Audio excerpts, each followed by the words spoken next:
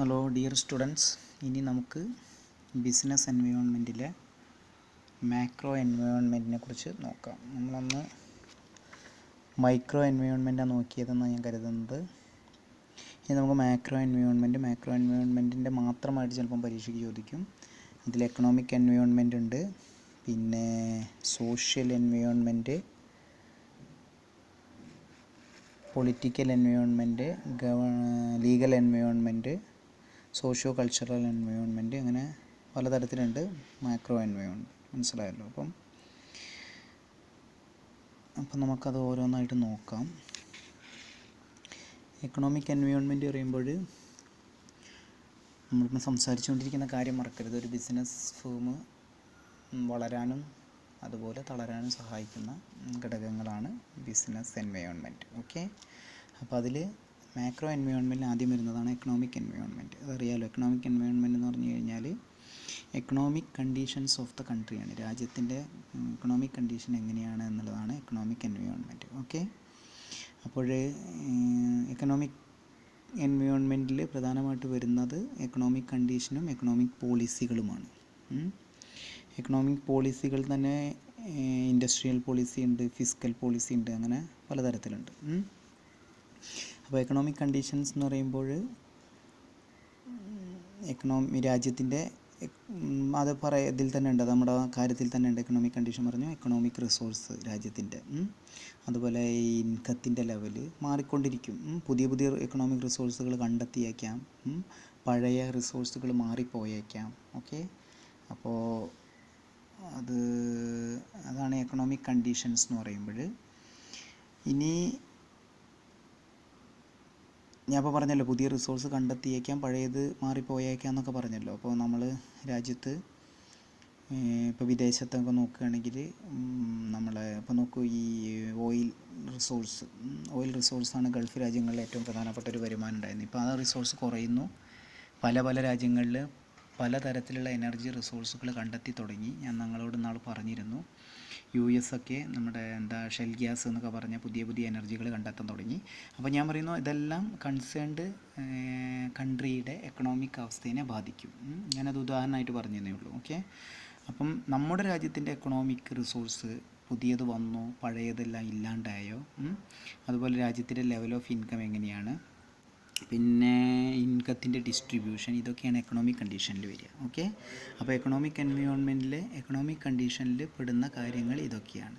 Okay, ഇനി രണ്ടാമത്തെ economic പോളിസികളാണ്. Economic പോളിസികൾ എന്ന് പറയുമ്പോൾ ഗവൺമെൻറ് എടുക്കുന്ന ഓരോ നയങ്ങളാണ്. ഇൻഡസ്ട്രിയൽ പോളിസി ഉണ്ട്, ഫിസ്ക്കൽ പോളിസി ഉണ്ട്, മോണിറ്ററി പോളിസി ഉണ്ട്. മനസ്സിലായല്ലോ? അതുപോലെ foreign investment policy, export import policy, ഇങ്ങനെ ധാരാളം പോളിസികളാണ് എക്കണോമിക് പോളിസികളിൽ വരിക. ഇൻഡസ്ട്രിയൽ പോളിസി പറയുമ്പം ഒരു ഇൻഡസ്ട്രിയിലെ രാജ്യത്തിൻ്റെ മൊത്തം ഇൻഡസ്ട്രികൾക്ക് വേണ്ടിയിട്ടുള്ള റൂൾസ്, റെഗുലേഷൻസ്, പ്രൊസീജിയേഴ്സ്, അതൊക്കെയാണ് ഇൻഡസ്ട്രിയൽ പോളിസിയിൽ വരിക. മനസ്സിലായല്ലോ?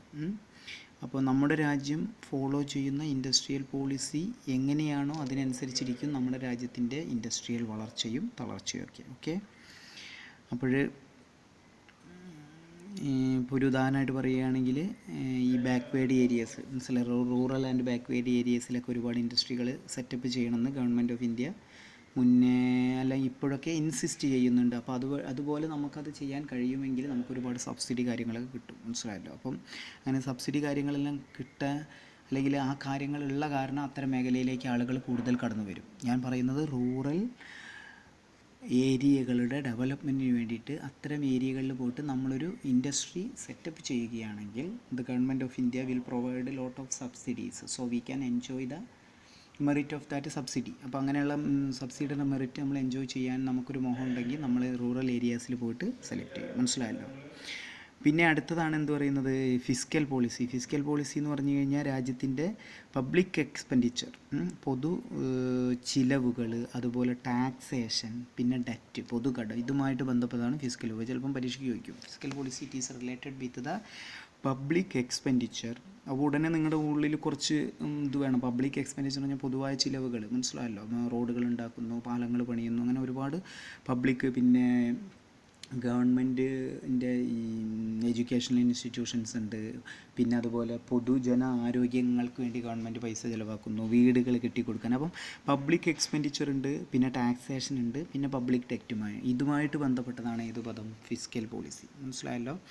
അപ്പം പബ്ലിക് ഡെറ്റ് എന്ന് പറയുമ്പോൾ രാജ്യത്തിൻ്റെ പൊതുകടം, ഇതൊക്കെ നമ്മുടെ എക്കണോമിക് പോളിസീനെ സ്വാധീനം ചെലുത്തും. പൊതുകടം കൂടും തോറും ഗവൺമെൻറ് പലതരത്തിലുള്ള വരുമാന മാർഗ്ഗങ്ങൾ കണ്ടെത്താൻ നോക്കും. Okay, so the fiscal policy adopted by the changing government will affect our business aspirations. നമ്മുടെ ബിസിനസ് ആസ്പിറേഷൻസിനെ ഇത്തരം ഘടകങ്ങളെല്ലാം ബാധിക്കും.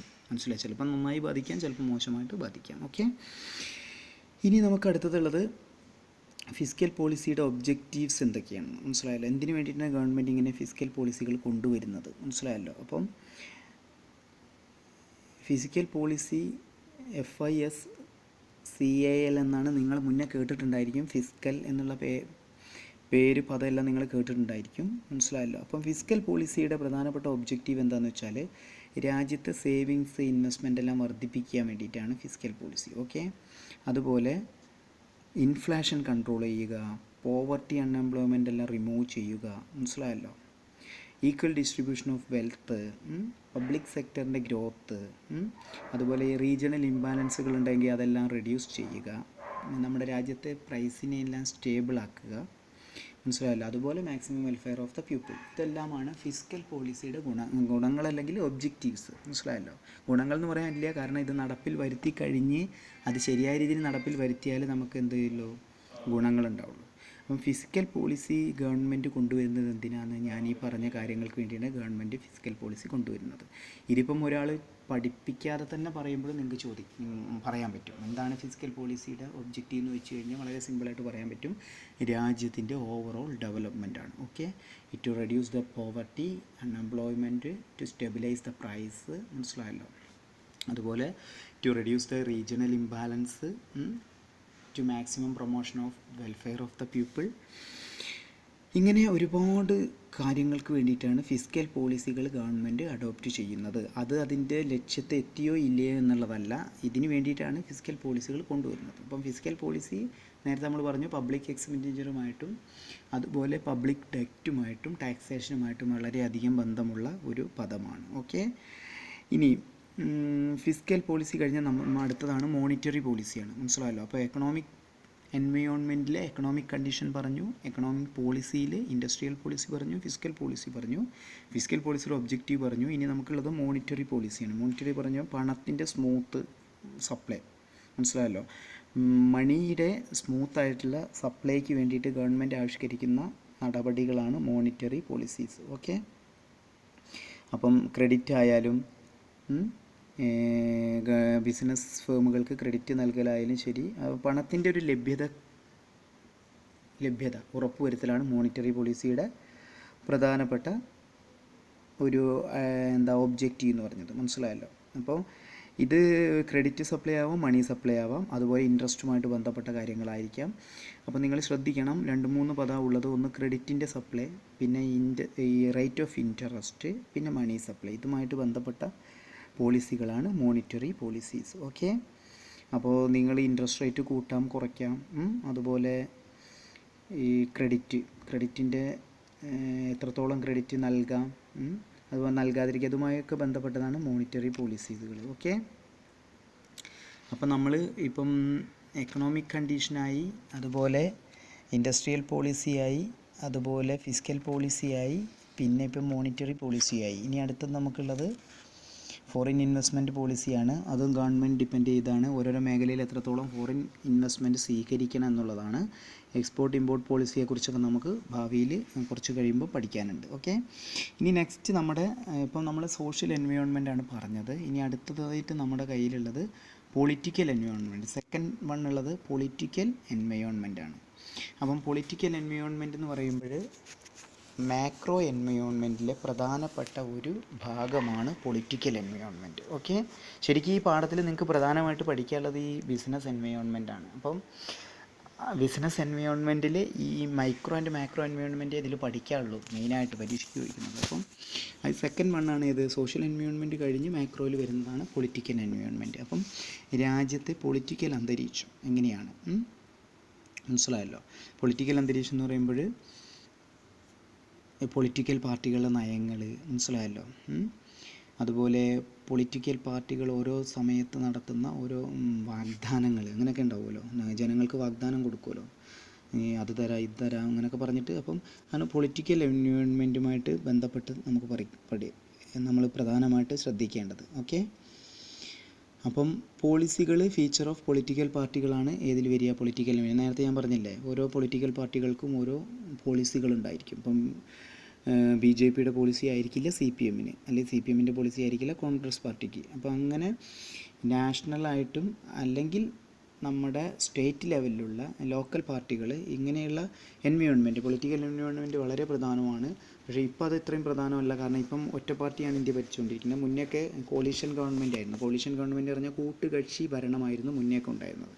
അപ്പോൾ 2014 മുതൽ ഒറ്റ കക്ഷി ഭരിക്കുന്ന കാരണം പൊളിറ്റിക്കൽ എൻവയോൺമെൻറ്റിൽ വലിയൊരു പ്രശ്നം വരുന്നില്ല. ഞാൻ പറയുന്നത് എന്താണെന്ന് വെച്ചാൽ, കോalition ഗവൺമെൻറ് ആവുന്ന സമയത്ത് ഒരു പാർട്ടി നമ്മൾ പല പല പാർട്ടികൾ ചേർന്ന് ഭരിക്കുന്ന സമയത്ത് ഏതെങ്കിലും ഒരു പാർട്ടിക്ക് ഈ ഗവൺമെൻറ് നയങ്ങൾ ഇഷ്ടമില്ലെങ്കിൽ ഇവരെന്ത് ചെയ്യും, പിന്തുണയെല്ലാം പിൻവലിക്കും. അതോടെ സഖ്യ സർക്കാർ വീഴും. അപ്പോൾ വീണ്ടും പിന്നെ തിരഞ്ഞെടുപ്പ് നടത്തണം, അങ്ങനെ ഒരുപാട് എക്സ്പെൻസ് കൂടുതലാണ്. ഇപ്പം പറഞ്ഞ ഒറ്റ കക്ഷി ഭരിക്കുന്ന കാരണം നമുക്ക് അത്തരം ഒരു ഒരു ഭീഷണിയില്ല. അപ്പോൾ ഇന്ത്യൻ സമ്പദ് വ്യവസ്ഥയ്ക്ക് വളരെയധികം പ്രാധാന്യം കിട്ടുന്നത്, അല്ലെങ്കിൽ വളരെയധികം ഇന്ത്യൻ സമ്പദ് വ്യവസ്ഥയെ താങ്ങി നിർത്തുന്ന ഒരു ഘടകം പൊളിറ്റിക്കൽ എൻവയോൺമെൻറ്റ് തന്നെയാണ്. പ്രത്യേകിച്ച് സിംഗിൾ പാർട്ടി പൊളിറ്റിക്സ് ആണെങ്കിൽ, അല്ലെങ്കിൽ സിംഗിൾ പാർട്ടി പൊളിറ്റിക്സ് എന്ന് പറയാൻ കഴിയില്ല, സിംഗിൾ പാർട്ടി ഗവൺമെൻറ്റാണ് ഭരിക്കുന്നതെങ്കിൽ രാജ്യത്തിൻ്റെ സമ്പദ് വ്യവസ്ഥയ്ക്ക് നല്ലതാണ്. ഓക്കെ. കോalition ഗവൺമെൻറ് ആകുമ്പോൾ അവർ ഒരു കക്ഷി എടുക്കുന്ന തീരുമാനം മറ്റൊരു കക്ഷിക്ക് ഇഷ്ടപ്പെടണമെന്നില്ല. ഓക്കെ. അപ്പോൾ അതാണ് പൊളിറ്റിക്കൽ എൻവയോൺമെൻറ്റിൽ ശ്രദ്ധിക്കേണ്ടത്. ഇന്ത്യയിലെ പൊളിറ്റിക്കൽ എൻവയോൺമെൻറ്റ് ബിസിനസ്സിനെ സംബന്ധിച്ച് നല്ല കാര്യമാണെന്ന് നമുക്കിപ്പോൾ പറയാൻ പറ്റും, മനസ്സിലായല്ലോ. ഇനി അടുത്തതാണ് എന്ത്, ലീഗൽ എൻവയോൺമെൻറ്റ്. ലീഗൽ എൻവയോൺമെൻറ്റ് പറയുമ്പോൾ നമ്മുടെ പൊളിറ്റിക്കൽ എൻവയോൺമെൻറ്റ് കഴിഞ്ഞിട്ട് നിങ്ങൾക്കുള്ളതാണ് legal environment. Okay. Legal environment പറയുമ്പോൾ രാജ്യത്തെ ഒരുപാട് നിയമങ്ങളാണ്. ഓക്കെ. നിയമങ്ങളെ സംബന്ധിച്ചുള്ള കാര്യങ്ങൾ കമ്പനീസ് ആക്ട്, അതുപോലെ ഫെമ ആക്ട് 1999, ഫാക്ടറീസ് ആക്ട്, പിന്നെ അതുപോലെ ഗ്രാറ്റുവിറ്റി ആക്ട്, അങ്ങനെയൊക്കെ പോകുന്ന ഒരുപാട് ആക്റ്റുകളുണ്ട്. പിന്നെ അവശ്യ വസ്തു സംരക്ഷണ നിയമമുണ്ട്. അങ്ങനെ ഒരുപാട് നിയമങ്ങളെ സംബന്ധിച്ചുള്ള എൻവയോൺമെൻറ്റാണ് ലീഗൽ എൻവയോൺമെൻറ്റ്. അപ്പം ഞാൻ അതിൻ്റെ കാര്യം നിങ്ങൾക്ക് പറഞ്ഞുതരാം. മുന്നേ ഉള്ളതും ഇപ്പം ഇനി രൂപീകരിക്കാൻ പോകുന്നതും മുന്നേയുള്ള നിയമങ്ങളിൽ ഇപ്പോൾ എന്തെങ്കിലും ഓൾട്ടറേഷൻ അല്ലെങ്കിൽ അമെൻമെൻ്റ് ഒക്കെ വരുത്തിയിട്ടുണ്ടെങ്കിൽ നമ്മളെ ബിസിനസ്സിനെ അത് ബാധിക്കും. ഓക്കെ. അപ്പോൾ നമുക്ക് ബിസിനസ് സ്റ്റാർട്ട് ചെയ്യണമെങ്കിൽ വി നീഡ് ലോട്ട് ഓഫ് ഒരുപാട് റൂൾസ് ആൻഡ് റെഗുലേഷൻ പാലിച്ചിട്ട് നമുക്ക് ബിസിനസ് സ്റ്റാർട്ട് ചെയ്യാൻ പറ്റുള്ളൂ. അപ്പം പഴയ കാലത്തെ നിയമങ്ങളാണെങ്കിൽ നമ്മൾ അതിനനുസരിച്ച് പോകുകയാണെങ്കിൽ ഇപ്പം ഇനി എന്തെങ്കിലും തരത്തിൽ ആ നിയമത്തിൽ എന്തെങ്കിലും മാറ്റങ്ങൾ വരുത്തി കഴിഞ്ഞാൽ നമ്മുടെ ബിസിനസ്സിനെ അത് എങ്ങനെ ബാധിക്കും എന്നുള്ളതാണ് നമ്മുടെ ലീഗൽ എൻവയോൺമെൻറ്റ്. ഓക്കെ.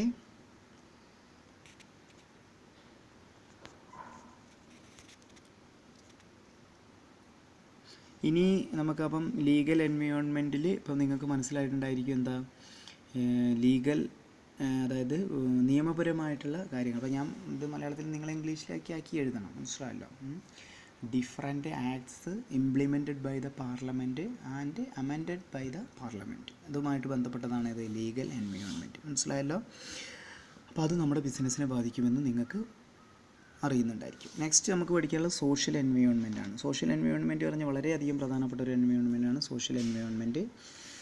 സൊസൈറ്റി, ഒരു രാജ്യത്തിലെ സൊസൈറ്റി, ജനങ്ങൾ, അവരുടെ കസ്റ്റംസ്, ട്രഡീഷൻസ്, ബിലീഫ്, ലിറ്ററസി, അതുപോലെ റിലീജിയൻ, ഇതെല്ലാം കൂടിയിട്ട് വരുന്നതാണ് നമ്മുടെ സോഷ്യൽ എൻവയോൺമെൻറ്റ്. ഓക്കെ.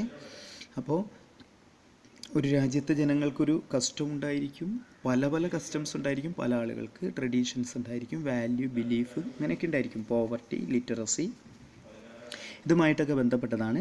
അപ്പം പറയുന്നത് എന്താണെന്ന് വെച്ചാൽ ഇപ്പം നമ്മുടെ വല്ല ഫെസ്റ്റിവൽ സീസണുകളൊക്കെ എടുത്ത് നോക്കുക. അപ്പം ഓരോ ഫെസ്റ്റിവൽ സീസണിൽ വിപണിയിലുണ്ടാകുന്ന ഉണർവുകൾ, ഓക്കെ, അതുപോലെ ഓരോ അതാണ് സോഷ്യലി ഏതെങ്കിലും തരത്തിലുള്ള, നമ്മൾ പറഞ്ഞല്ലോ ട്രഡീഷൻ, നമുക്കൊരു പാരമ്പര്യമുണ്ട്. ആ പാരമ്പര്യം പല ആളുകൾക്ക് പല രീതിയിൽ പലപ്പം ഹോളി ആഘോഷിക്കുന്ന ഇവിടെ അത് ആഘോഷിക്കുന്നില്ല. അപ്പോൾ അങ്ങനെ ഓരോ സംസ്ഥാനങ്ങൾക്കും ഓരോ ട്രഡീഷൻസ് ഉണ്ട്. ഈ സംസ്ഥാനങ്ങളിലെ ട്രഡീഷൻസ്, കസ്റ്റംസ്, മനസ്സിലായല്ലോ, രീതികൾ, നമ്മളെ ഒരു ജീവിത രീതിയൊക്കെ ഉണ്ടായിരിക്കും, ബിലീഫ്. അപ്പോൾ നമ്മുടെ ഇവിടെ കേരളത്തിലുള്ള പല വിശ്വാസങ്ങളും അന്യ സംസ്ഥാനങ്ങളിൽ ഉണ്ടായിരിക്കില്ല, മനസ്സിലായല്ലോ. ഇവിടുത്തെ അത്ര ലിറ്ററസി വേറെ സംസ്ഥാനങ്ങളിൽ ഉണ്ടാവണം എന്നില്ല. അപ്പോൾ അതുമായിട്ട് ബന്ധപ്പെട്ടതാണ് സോഷ്യൽ എൻവയോൺമെൻറ്റ്. അപ്പോൾ before launching the product into a new market we should analyse the social environment of that particular area. ആ പർട്ടിക്കുലർ ഏരിയയിൽ സോഷ്യൽ എൻവയോൺമെൻറ്റ് നമ്മൾ പരിശോധിച്ചേ മതിയാകൂ, മനസ്സിലായല്ലോ. അവരുടെ വാല്യൂ എന്താണ്, ബിലീഫ് എന്താണ്, അവിടെ എത്രത്തോളം ദാരിദ്ര്യമുണ്ട്, ട്രഡീഷൻ, ഇതെല്ലാം നമ്മൾ നോക്കണം. എങ്കിലാണ് നമ്മുടെ ബിസിനസ്സിന് അവരുടെ ഇടയിലേക്ക് ലോഞ്ച് ചെയ്യാൻ പറ്റുമെന്ന് മനസ്സിലാക്കാൻ പറ്റും. അത് ഞാൻ നിങ്ങളോട് നാൾ പറഞ്ഞിട്ടുണ്ടായിരിക്കും എന്ന് കരുതുന്നു. ഞാൻ പറഞ്ഞില്ല, അന്ന് ജപ്പാൻ അമേരിക്കയിൽ ഒരു വാഹനം ലോഞ്ച് ചെയ്തത് അവരതിനെക്കുറിച്ച് പഠിച്ചതും മനസ്സിലായില്ല. കുടിയേറ്റക്കാർക്കിടയിൽ ഈ വാഹനം ഇറക്കി കഴിഞ്ഞാൽ നല്ല വിൽപ്പന ഉണ്ടാകുന്നതൊക്കെ മനസ്സിലാവാൻ കാരണം അവർ നല്ല രീതിയിൽ അമേരിക്കൻ എൻവയോൺമെൻറ്റ് പഠിച്ച കാരണമാണ്, ഓക്കെ. അല്ലെങ്കിൽ അമേരിക്കയിലെ കുടിയേറ്റക്കാരുടെ എൻവയോൺമെൻറ്റിനെ കുറിച്ച് അവർക്ക് വ്യക്തമായ ബോധമുള്ള കാരണമാണ് അവർക്ക് പ്രോഡക്റ്റ് ലോഞ്ച് ചെയ്യാൻ പറ്റിയത്. അതുപോലെ നമ്മളൊരു പ്രോഡക്റ്റ് ഏത് മേഖലയിൽ ലോഞ്ച് ചെയ്യുകയാണെങ്കിലും നമ്മൾ ആ മേഖലയെക്കുറിച്ച് ശരിയായ രീതിയിൽ പഠിക്കണം. എങ്കിലാണ് നമുക്ക് കച്ചവടത്തിന് വളർച്ച ഉണ്ടാകുമോ എന്നൊക്കെ മനസ്സിലാക്കാൻ പറ്റുള്ളൂ. അപ്പം ഫെസ്റ്റിവൽ സീസണിൽ നമുക്കറിയാം, ഇപ്പം ക്ലോത്ത് ആയാലും ഈ ഓർണമെൻറ്റ്സ്, ഫ്ലവേഴ്സ്, ഫ്രൂട്ട്, ഇതിനൊക്കെ ഭയങ്കരമായിട്ടുള്ള വർധന ഉണ്ടാവുമായിരിക്കും.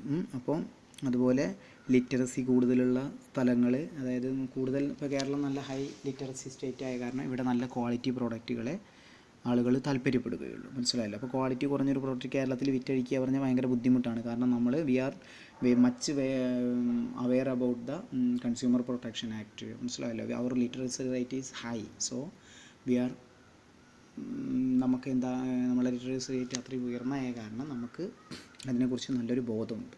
സോ ലെസ് ക്വാളിറ്റി പ്രോഡക്റ്റുകൾ കേരളത്തിൽ വിൽപ്പന നടത്താനുള്ള സാധ്യത കുറവാണ്. പക്ഷെ അതുപോലെയല്ല അന്യ സംസ്ഥാനങ്ങളിൽ.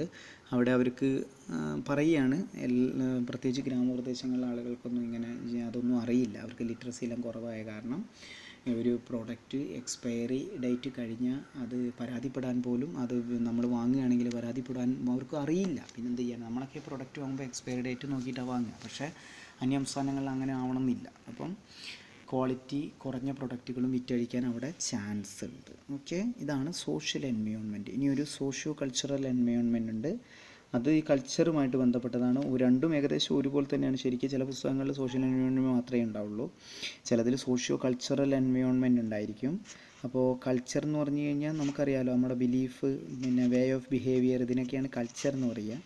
അപ്പോൾ ഒരു സ്ഥലത്ത് വേ ഓഫ് ബിഹേവിയർ ആവില്ല വേറൊരു സ്ഥലത്തുണ്ടായിരിക്കുക, മനസ്സിലായല്ലോ. അപ്പോൾ കൾച്ചർ എന്ന് പറഞ്ഞാൽ നല്ല കൾച്ചർ, മോശം കൾച്ചർ എന്നൊക്കെ അറിയാൻ കഴിയില്ല. ഓരോ സ്ഥലത്തിനും ഒരു കൾട്ട് എന്നൊക്കെ പറയുന്നത് അതാണ്. കൾച്ചർ എന്നൊക്കെ പറഞ്ഞു കഴിഞ്ഞാൽ അതിൻ്റെ ഒരു രീതി, അത് ശരിയാണോ തെറ്റാണോ നമുക്ക് പറയാൻ പറ്റില്ല. ഇപ്പം നമ്മൾ സായിപ്പന്മാരെ പോലെ ഷെയ്ക്ക് ഹാൻഡ് കൊടുക്കുന്നുണ്ട്, ചില ആൾക്കാരെ കണ്ടാൽ നമ്മൾ കൈ കൂപ്പി തൊഴുന്നുണ്ട്, അല്ലെങ്കിൽ പല ആൾക്കാർക്ക് പല രീതിയിൽ വേ ഓഫ് വെൽക്കമിങ് ഉണ്ട്.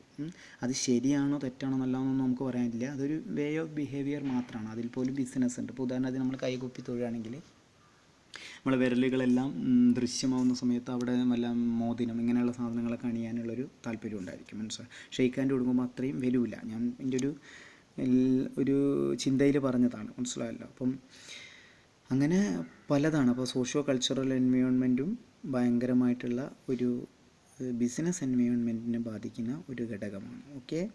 അപ്പോൾ നമ്മുടെ ടേസ്റ്റ് എന്താണ്, ആറ്റിറ്റ്യൂഡ് എന്താണ്, ലൈഫ് സ്റ്റൈൽ എന്താണ്, ഇതെല്ലാം സോഷ്യോ കൾച്ചറൽ എൻവയോൺമെൻറ്റുമായിട്ട് ബന്ധപ്പെട്ടതാണ്, ഓക്കെ.